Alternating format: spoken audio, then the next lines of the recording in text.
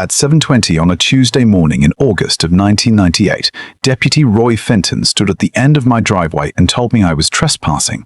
I remember looking at him, then looking at the mailbox my father had set in concrete when Eisenhower was still president, and I said, "Roy, I've been trespassing here for about 30 years then." Behind him stood Diane Morrow, president of the Maple Creek Estates Homeowners Association, holding a leather folder against her chest like she had brought the 10 Commandments down from a mountain, and somehow my name was carved at the top of every page.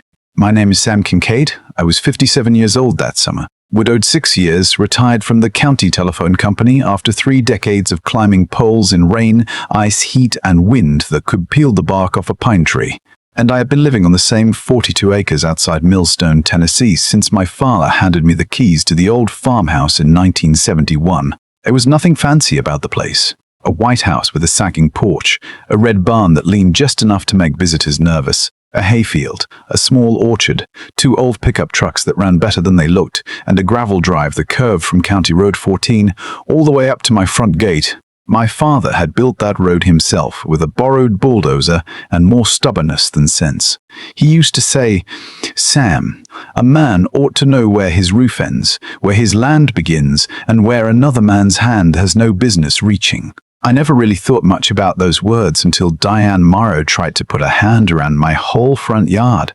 Roy looked uncomfortable that morning, and I could not blame him. He'd grown up 2 roads over. His daddy had bought hay from mine. He knew that driveway was mine, the same way everybody in Millstone knew the courthouse clock ran 5 minutes slow and the coffee at Bessie's Cafe could dissolve a spoon. Still, he had a badge, and Diane had filed a complaint. She said I was blocking a community emergency access lane. She said my cattle gate was unauthorized. She said my solar water heater, the one I put up after my wife Ruth got sick, and our electric bill started looking like a mortgage payment, was a visual nuisance. Then she said the part that made my ears start ringing. She said I had been warned repeatedly and was refusing to comply with neighborhood standards. I laughed once, not because it was funny, but because sometimes a man laughs when the alternative is saying something he cannot take back. I said, "Diane, I do not live in your neighborhood. I live beside it. That is different." She smiled at me the way people smile when they think they have already won. "Maple Creek's recorded boundaries include this drive," she said. "The HOA has jurisdiction over all access areas connected to the development." Roy shifted his weight and cleared his throat. "Sam," he said, "all I need is to see your deed and whatever documents you have. If the complaint is wrong, we straighten it out."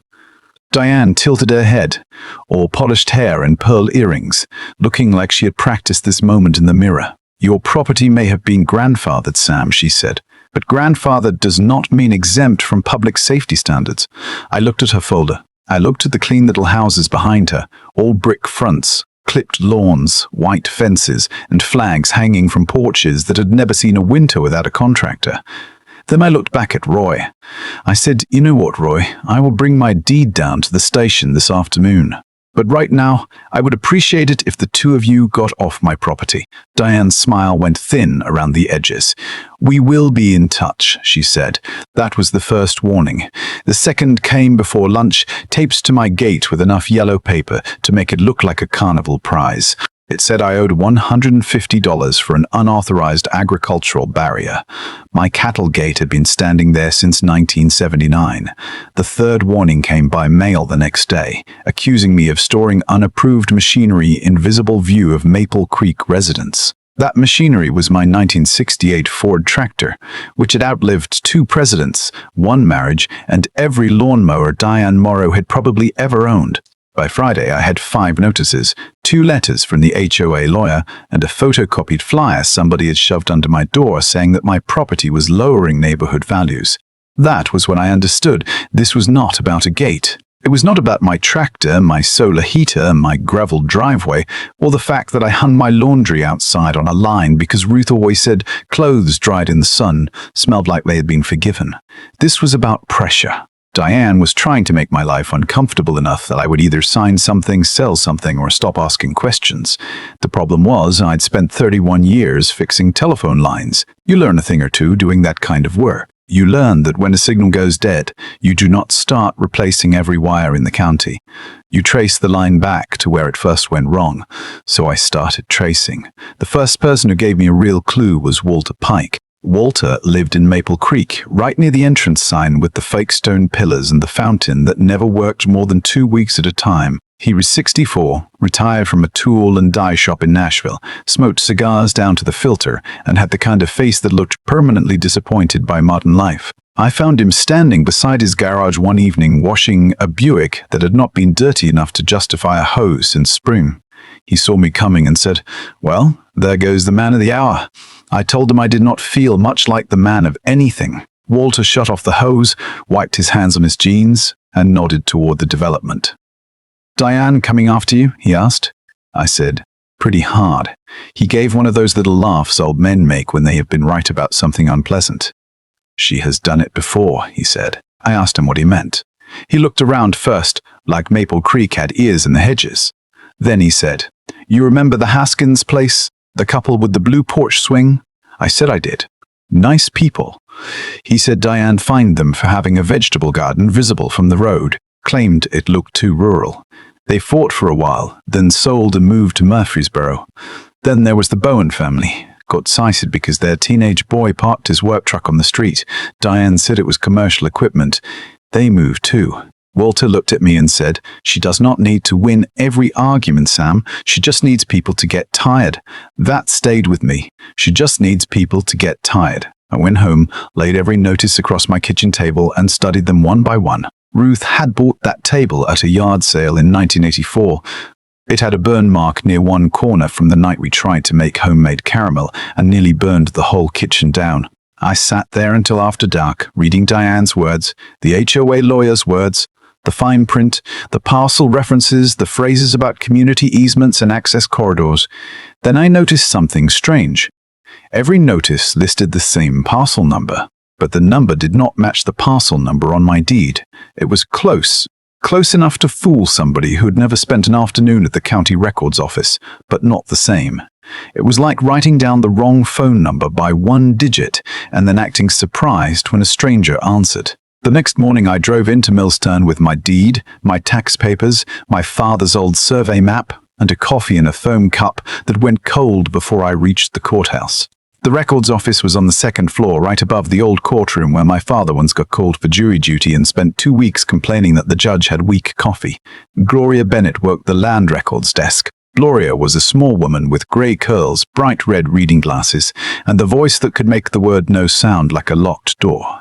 She had been working in that office since before the county built its first Walmart. I laid my papers down and said, "Gloria, I need to know why a homeowners association thinks it owns my driveway." She looked at the deed, then looked at me over her glasses. "Sam Kincaid," she said, "your daddy would climb out of his grave and whip somebody with a fence post before he let that happen." I said that was about what I had in mind. She pulled out plat books, then moved to the old microfiche machine in the corner. Younger folks may not remember those things, but they were about the size of a microwave and sounded like a dying lawnmower when you turned them on. Gloria spent nearly an hour going through old filings. I watched her face change in small ways. First she frowned, then she leaned closer. Then she said, "Well, now, that is interesting." I asked what she found. She turned the screen toward me. Back in 1977, before Maple Creek existed, a developer named Cedar Ridge Holdings had bought a large piece of land from the Murphys, the family that owned the farm next to ours. My father had sold them a narrow strip along the lower ridge, but he had kept the house, the orchard, the field, the driveway, and several small parcels near what later became the subdivision. The developer had been granted a temporary construction and access license over portions of our land. Not ownership, not permanent easement, a temporary license. It was supposed to help them move equipment, install drainage, and finish the entrance road. Then Gloria tapped a line at the bottom of the document.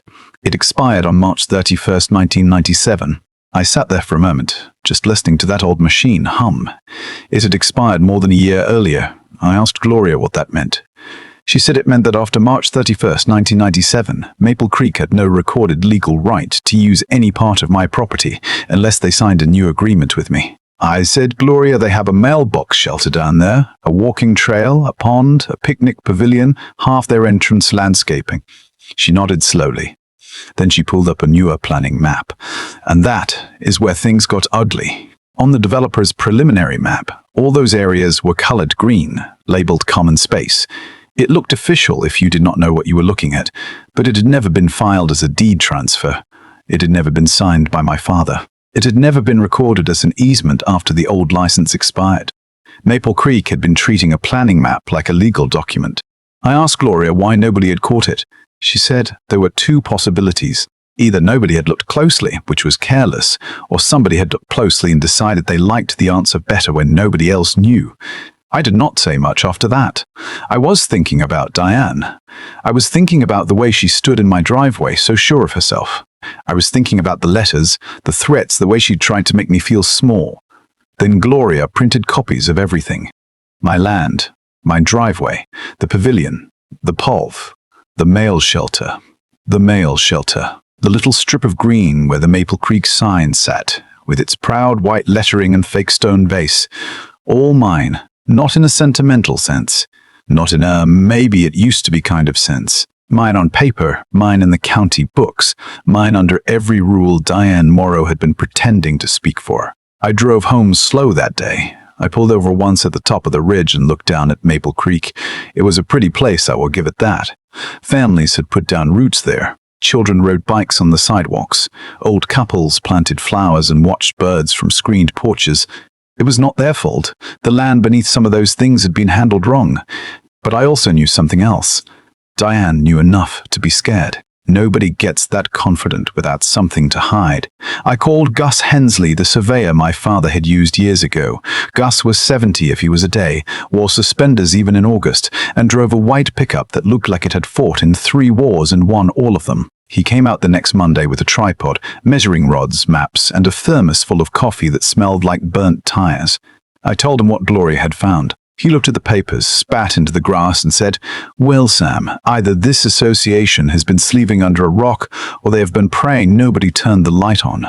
I asked him if he could mark the boundaries. He said, "I can mark every inch of them." Then he looked toward Maple Creek and added, "You may not like what happens after I do." I said, "Gus, I have not liked much of anything since Tuesday morning." So we spent 2 days walking the property. He measured the driveway, the field, the creek bed, the low ground by the pond, the narrow strip near the entrance sign, the line behind the pavilion. He hammered orange survey stakes into the ground one after another.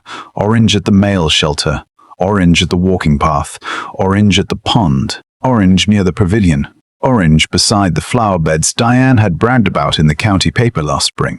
It did not take long for people to notice. By late afternoon, residents were walking out of their houses, standing in little groups, whispering. The first person to confront us was Diane. She came striding down the sidewalk in a cream-colored suit, carrying that same leather folder. Only this time her face was tight enough to crack. She stopped 10 feet from Gus and said, "What exactly do you think you are doing?" Gus did not look up. He just said, "Marking a boundary." Diane said, "You cannot mark association property without board approval." Gus took another reading, then said, "Mom, board approval is not how property lines work." She looked at me. "Sam," she said, "I am asking you to stop this immediately." I said, "Diane, you spend a week telling me what to do on my own driveway. You can wait 5 minutes while a licensed surveyor tells you where your property ends." She stepped closer. "This is going to create panic," she said. I said, "No, Diane. What created panic was you calling the sheriff on me. What created panic was you sending people letters that made them think they had no choice. These stakes are just sitting in the ground. The truth is what is making you nervous." Her cheeks went red. I had never seen her lose control before. Even then, she tried to recover with that polished voice of hers. "You were making a serious mistake," she said. I said, "Maybe. But at least it will be my mistake on my land." The crowd got bigger. Walter Pike showed up with his cigar. Jean Carter came down from the corner house. John was a retired school librarian, sharp as a tack, and one of the few people on the Maple Creek board who still seemed capable of feeling embarrassed. Diane turned to her and said, "John, tell them this land belongs to the HOA." Jean looked at the orange stake by the mail shelter, then looked at the plat Gus had set on the hood of his truck. She said, "I think we should verify it with the county." Diane stared at her like Jean had slapped her. That was the moment I saw something change. It was not dramatic. Nobody yelled. Nobody clapped, but the crowd started looking at Diane differently, not like a president, not like a woman who had all the answers, like somebody who had been wrong for a long time and was about to cost them all money. Diane left before Gus finished. She walked back to her house without saying goodbye, and I knew she was not done. People like Diane do not stop when they lose control. They get meaner because they can feel it slipping, so I prepared for that. I went down to the farm supply store and bought 2 motion sensor lights, a used black and white security camera, and enough cable to make a mess of my barn roof. I had an old VCR in the den, one Ruth used to record her soap operas on, and I wired the camera into it with help from my nephew Tommy. Tommy was 19, smart with anything that had wires, and convinced every adult over 40 was one bad extension cord away from dying in a fire. He looked at my setup and said, "Uncle Sam, this is the kind of thing people do in movies right before somebody gets murdered." I told him nobody was getting murdered. I just wanted to know who was coming onto my land after dark.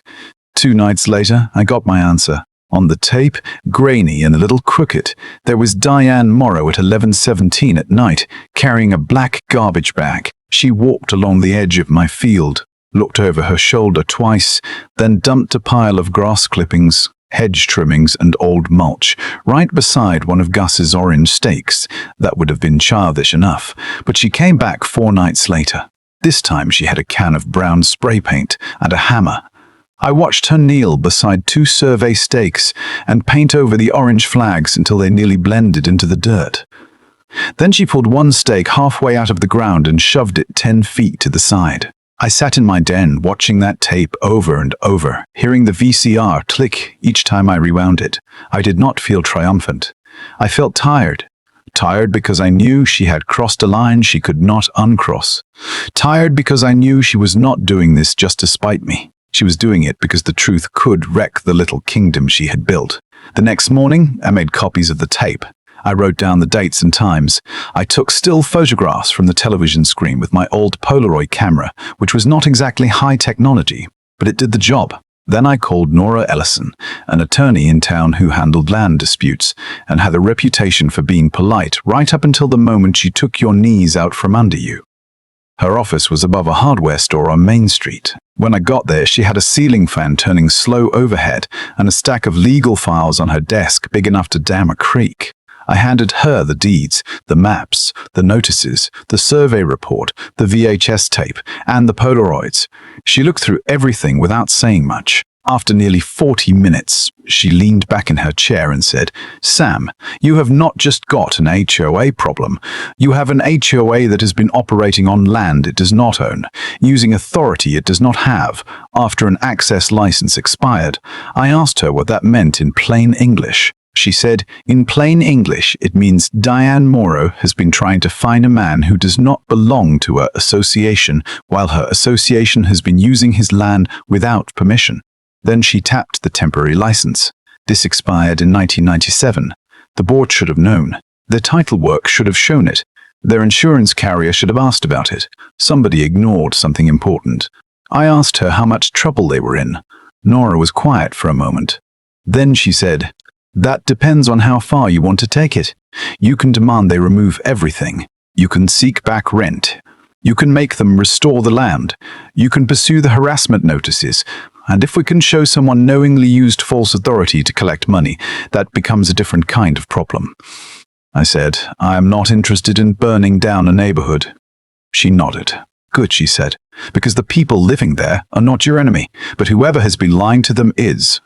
That afternoon, Nora sent Maple Creek a letter by certified mail and fax, because in 1998 fax machines were still treated like legal thunder.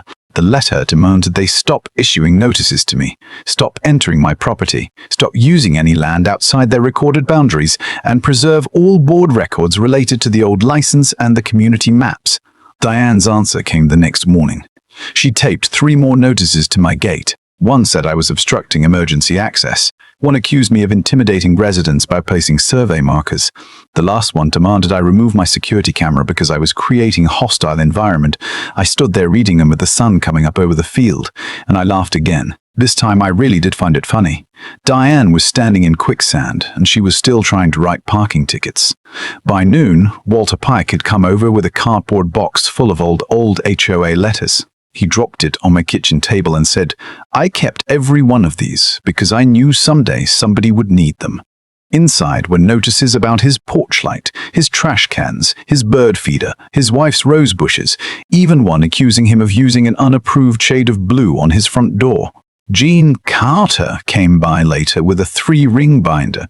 She had been keeping meeting notes for years because she said librarians do not trust people who hate records. In her binder were board minutes, handwritten notes, old budgets, and one item that made Nora sit up straight when she saw it. In December of 1996, a title company had sent Maple Creek a letter warning that the temporary access license would expire in 3 months. The letter asked whether the association planned to negotiate a renewal with the Kincaid family. At the bottom of the page was a handwritten note. Diane Morrow had signed for it. She had received that warning months before the license expired. She had not told the board. She had not told the residents. She had not contacted me. She had simply kept going, as if a piece of paper hidden in a drawer could keep reality from showing up at the door. And suddenly her motivation made sense. Maple Creek had borrowed money in 1996 to expand the pavilion, repair the pond, and build a new entrance sign. Diane had pushed those projects hard. She had sold the residents on the idea that their community was becoming more valuable, more exclusive, more polished. If the association admitted it did not own the land under those improvements, the board would have to explain why it spent thousands of dollars maintaining property it did not control. Fees would go up. Home values might wobble. Diane's reputation would be wrecked. And worse than that, she might have to admit that the whole thing had been built on something she knew was temporary. She did not come after me because she hated my tractor. She came after me because I was the loose thread in a sweater she had been wearing for years. Once somebody started pulling, the whole thing would come apart. Nora wanted to handle it quietly, at least at first. She sent a proposed settlement. Maple Creek could negotiate a reasonable lease for the pavilion, mail shelter, pond, path, and entrance strip. They could stop harassing me. They could acknowledge their boundary limits. They could pay to repair any damage. It was a fair offer. Too fair, maybe. Diane rejected it without taking it to the full board. She sent back a letter through the HOA lawyer saying the association disputed my ownership claims and would continue enforcing its rules. That was when I decided to stop keeping the fight in my kitchen. I told Walter, John, Nora, and my nephew Tommy that I wanted everyone in Maple Creek to hear the facts at the same time. Walter asked how. I said we would do it the old-fashioned way. We would feed them. We printed invitations at the copy shop in town. We mailed some, we put some in mailboxes. We taped others to the bulletin board at Bessie's Cafe, the feed store, the church hallway, and the laundromat. The invitation said, "Sunday supper at the Kincaid Field. All Maple Creek residents welcome. Topic, land use, property rights, and association transparency." That last word made Diane furious before she even knew what we were planning. She sent out her own flyer saying the gathering was unauthorized and designed to disrupt the peace of the community. Walter read it, puffed his cigar, and said, "Well, that ought to bring a crowd." Sunday came warm and clear, the kind of late September day when the air smells like dry leaves, barbecue smoke, and somebody's old truck burning oil 2 roads away. We set up folding tables in the field beside the pavilion. Walter cooked hamburgers on a grill that had seen more funerals than picnics. Jean brought potato salad. My nephew ran extension cords from the barn to a little television and VCR sitting on a card table. Nora brought copies of the deeds, the survey, the expired license, and the title company letter. Deputy Roy came too, not because I asked him to take sides, but because Diane had requested the civil standby. She'd called the sheriff's office and said she feared an angry mob. I remember Roy standing near the barn with his hands on his belt, looking at 50 people eating burgers and children chasing a beagle through the grass. He leaned over and said, "Sam, I have seen more danger at a church bake sale. By 1 o'clock, nearly every family in Maple Creek had shown up. People were nervous. Some were angry. Some looked embarrassed. A few probably came hoping to watch me make a fool of myself. Then Diane arrived. She came in a white Cadillac with her husband, a board member named Frank Morrow, and a man in a cheap gray suit I assumed was the HOA lawyer. She stepped out wearing a navy blazer and sunglasses, even though the sun was behind clouds. She walked straight toward the tables and said loud enough for everyone to hear, "This event is not sanctioned by the association." Roy stepped forward before I had to say a word. "Diane," he said, "nobody needs your sanction to stand on Mr. Kincaid's property." She looked at him and said, Deputy Fenton, this is an HOA matter, Roy said. Not if it is not HOA land. That knocked a little wind out of her. I stood on the flat bed of my old truck, not because I wanted to look important, but because people in the back could not see over Walter's grill. I told everyone I appreciated them coming. I said I had not invited them to embarrass anybody. I said I invited them because they deserved to know what had been done in their name. Then I held up my father's deed. I showed them the county map. I explained the temporary license. I showed them the expiration date. I pointed down toward the pavilion and said, "That building is on my land." I pointed toward the pond and said, "That pond is on my land." I pointed toward the mail shelter and said, "That shelter is on my land." The walking path, the entrance sign, the flower beds, the drainage strip behind the playground, all of it is on my land. You could have heard a spoon drop in a coffee cup. People started whispering. One woman said, "That cannot be right." A man near the back said, "We have been paying dues for that stuff." Jean stood up beside the table and said, "Yes, we have." Nora stepped forward then and explained it in plain language. She said Maple Creek was not automatically illegal. The homeowners association still existed. It could still govern the lots that were properly within its recorded boundaries, but it could not claim authority over land it did not own. It could not fine me. It could not use my land after the license expired without a new agreement, and it could not keep pretending the old planning map was a deed. Diane was shaking her head before Nora finished. "This is a distortion," she said. She walked forward, pointing one finger at me. "Sam has manipulated these records to create fear in this community." I said, "Diane, county records were here before either one of us got involved." She said, "You are trying to extort residents." I said, "I offered a lease. You sent me another fine." Her husband Frank stepped forward and said, "This is private business. It should not be discussed in front of everyone." Walter Pike, who had been quiet for almost 10 whole minutes, said, "Funny, Frank, you never had a problem discussing Sam's business in front of everyone." A few people laughed, and that was when Diane lost the room. Not all at once. It happened in little pieces. A woman who had been fined for a bird feeder looked down at the ground. An older man who had paid for a new fence because Diane told him it violated code stared at her like he had never seen her before. Jean opened her binder and read the title company letter aloud. Diane's signature was at the bottom. The crowd got louder then. People began asking questions. "When did you know? Why did you not tell us? What happened to the money for the pavilion? Why did you keep fining people?" Diane tried to speak over them. She said she had been protecting the community. She said the paperwork was complicated. She said the board had relied on legal advice. Then Nora asked one question that settled the whole thing. "Diane," she said, "when you received the letter about the license expiring in 1996, did you notify the board?" Diane looked at Frank. Frank looked at the ground. Nora asked again, "Diane, did you notify the board?" Diane's mouth opened, but no words came out. I did not feel happy watching that. I felt something closer to sadness. Because there she was, a woman who had spent years making other people feel afraid, suddenly standing in front of the people she had frightened, with nowhere left to put the blame. Then Tommy rolled the VCR tape. The little television flickered. The first image showed Diane walking along my field at night, carrying that black bag. A few people gasped. The second clip showed her spray painting the orange survey flags. The third showed her moving one of the stakes. Her face was clear enough. Her hair a jacket, the way she moved, the way she kept looking over her shoulder. There was no explaining it away. Diane turned white. Frank whispered something to her. She snapped at him, not loud enough for everybody to hear, but close. She said, "You said nobody saw me." That was the moment I knew even he had not known the whole story. Roy stepped beside Nora and asked if he could take the tape as evidence. I handed it over. Diane said, "This is illegal surveillance." Roy said, "It was recorded on private property after you entered it without permission." Then he told her she needed to stop speaking to witnesses and let the county handle the matter. She looked at me one last time. I will never forget that look. It was not pure anger.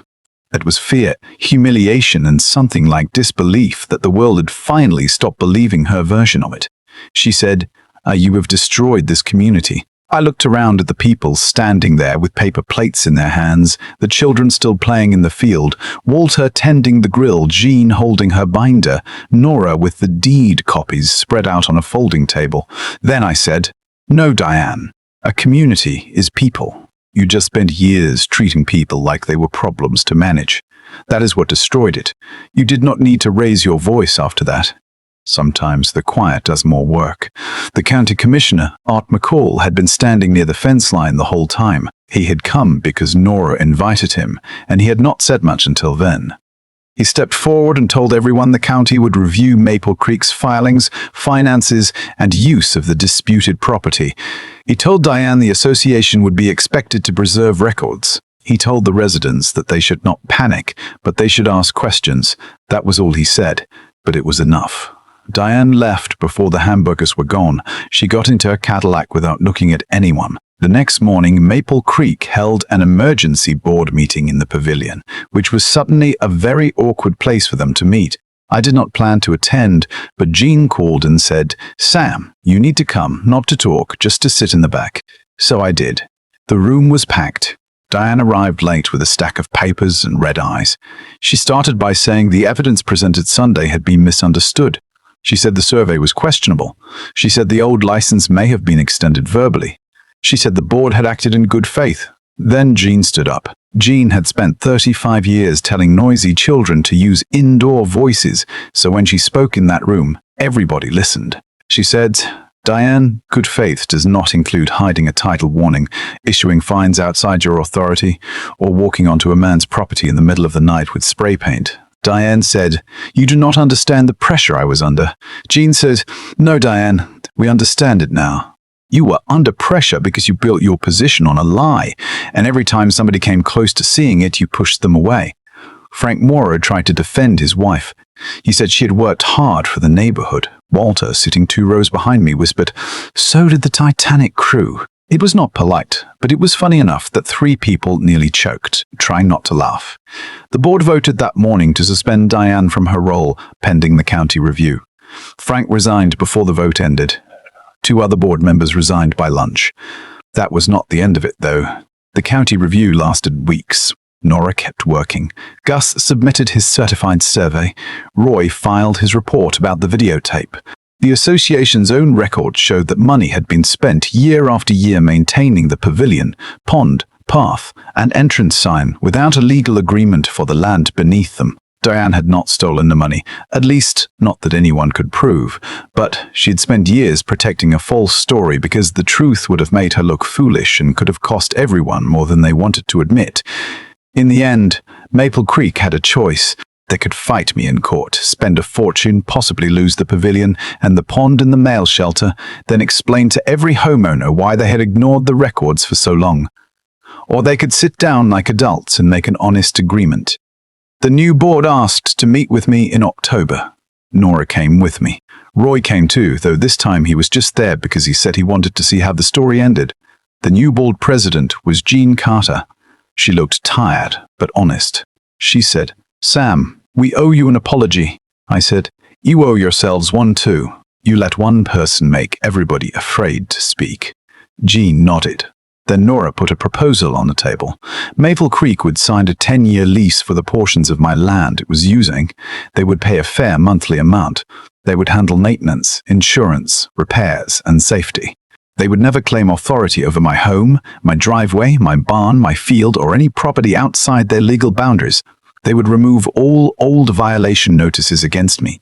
They would issue a written statement to the residents explaining the truth. The board read it quietly. Then Jean said, "That is more generous than we deserve."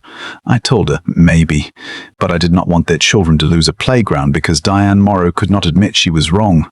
I did not want older folks to lose the walking path because a board had been careless. I wanted the truth fixed, not the whole place burned down. They signed. I signed. And just like that, after months of letters, arguments, maps, orange flags, late-night camera footage, lawyers, meetings, and a Sunday supper nobody would ever forget, Maple Creek finally stood on something honest. The first lease payment arrived in November. I looked at the check for a long time. I could have spent it on a new truck. Lord knows mine needed one. I could have put a new roof on the barn.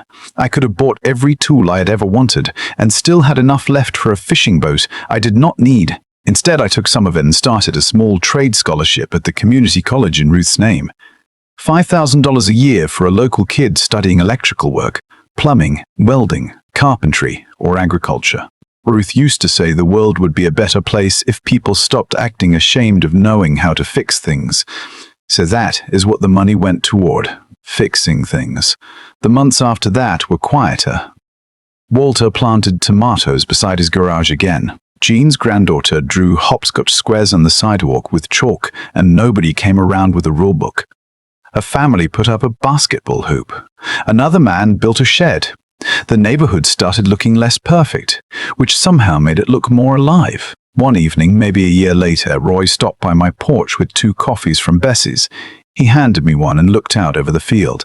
The Maple Creek sign was still there, but now it stood on leased land with a real agreement behind it. Roy said, "You know, Sam, most folks would have taken them for every dime." I said, "I thought about it." He laughed. I said, "But my daddy taught me a thing or two. A man should know where his land begins, where his roof ends, and where another person's hand has no business reaching. But he also taught me something else. If you have the chance to leave a place better than you found it, and it does not cost you your dignity, you ought to take it." Roy nodded. Then he said, "Your daddy was smarter than most people in this county." I said, "He had to be. He raised me." Looking back, I do not think Diane Morrow was born a villain. I think she got scared of being wrong. Then she got used to having people obey her. Then she started believing that control was the same thing as respect. It never is. Respect is what people give you when you tell the truth, even when the truth costs you something. Control is what you reach for when you are afraid the truth will take everything away. Diane moved out of Maple Creek the following spring. I heard she went to live with her sister in Knoxville. I never saw her again. Part of me was glad. Part of me hoped she found some kind of peace. But I will tell you this, when I stand at the end of my driveway now, when I see the old cattle gate, the mailbox, the field, and the sun dropping behind the ridge, I do not think about her much. I think about Ruth. I think about my father. I think about all the people who stayed quiet because they thought they were alone. And I think about what happens when one ordinary person decides to stop being pushed. So tell me this, and be honest in the comments. If you were in my place, would you have made Maple Creek tear down every last thing they built on your land? Or would you have signed the lease and given the community a second chance? Was Diane the only one to blame, or should every board member who looked away have paid the price too? I want to hear where you stand, because sometimes justice is not just about winning. Sometimes it is about deciding what kind of person you want to be after you finally do.